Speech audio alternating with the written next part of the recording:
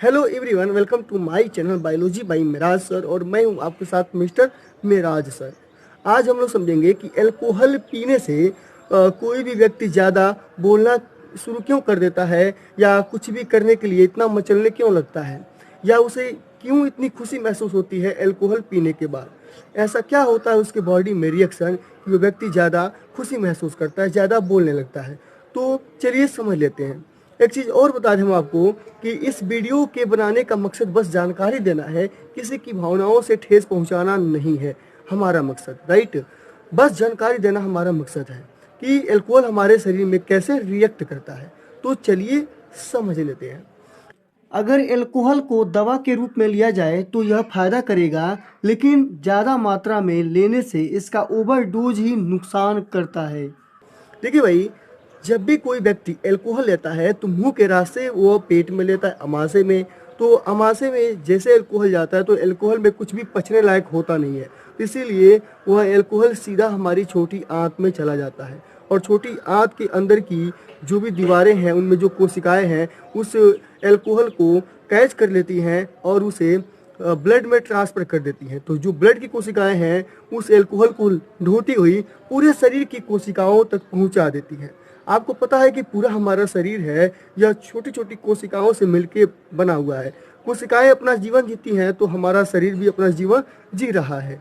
Right, तो जो alcohol है पूरे शरीर की कोशिकाओं में पहुंचता है तो वह पोषक तत्वों को घुलने से रोकने लगता है। यानी कि जो भी हम खाना खाते हैं ना, तो खाने में प्रोटीन होता है, फैट होता है, विटामिन होता है, मिनरल्स होता है, ये सब भी हमारे अमाशय में जाएंगी तो पचेंगी और छोटी आंत में जाएंगी। छोटी आंत से ब्लड की जो कोशिकाएं हैं उन्हें पकड़ के पूरे शरीर के कोशिकाओं तक पहुंचाती हैं। तो ये जो पोषक तत्व हैं हमारे शरीर के रख रखाव के लिए बहुत ज़रूरी हैं।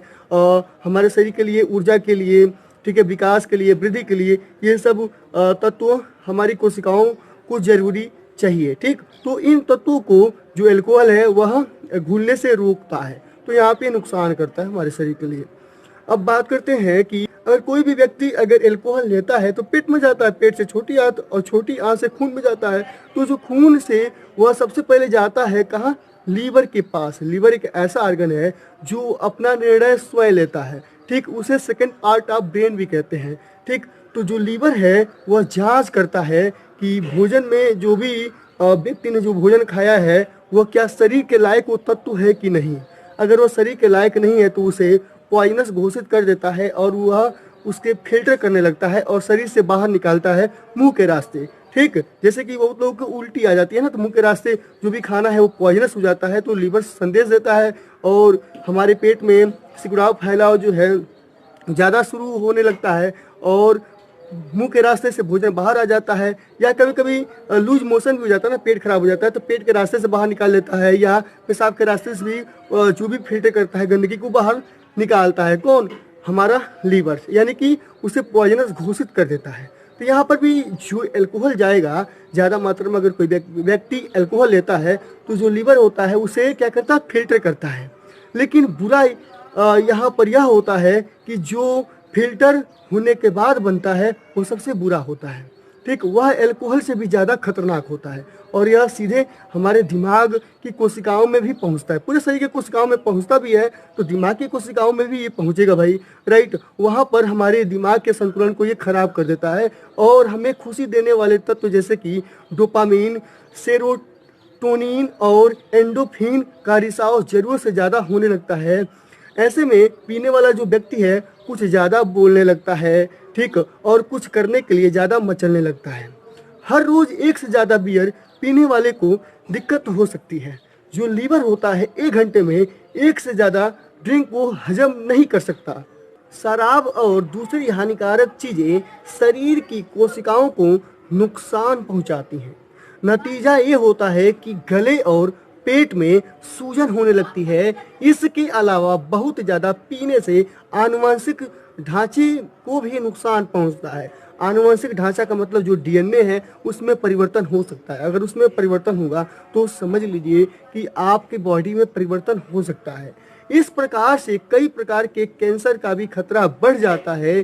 शराब हर बूंद के बदले वसा की कोशिकाएं बनाता है।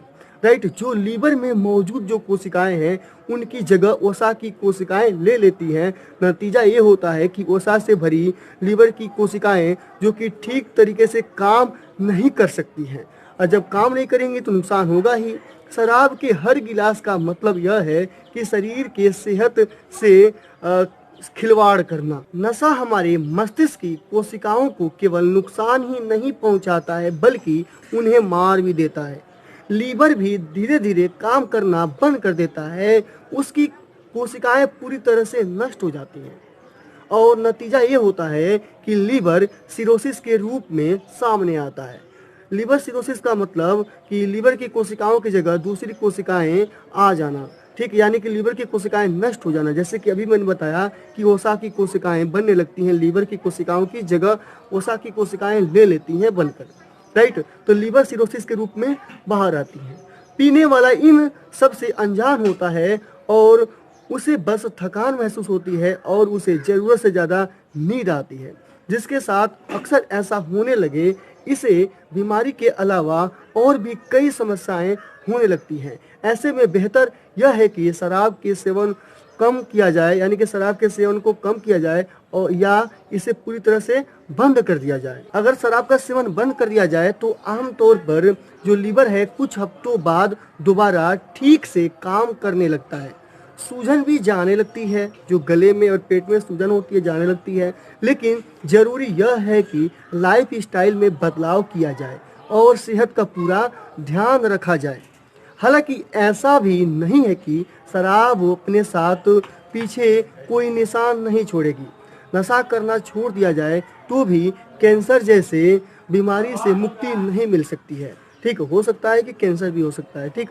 तो इसीलिए आप अपने सेहत का पूरा ध्यान रखें और आप अपने बॉडी को पोषक तत्व जो आपके शरीर के लायक है उसे ही दें और बाहरी चीज़ों को ना दें, क्योंकि आप अपने सेहत के साथ खिलवाड़ करेंगे तो आपको भविष्य में ज़्यादा नुकसान सहना पड़ेगा। इसीलिए मेरा कहने का मतलब यही है कि आप अपने लाइफ स्टाइल में बदलाव करें। अगर आप इसे धीरे धीरे कम कर दें पीना या बंद कर दें तो बेहतर होगा।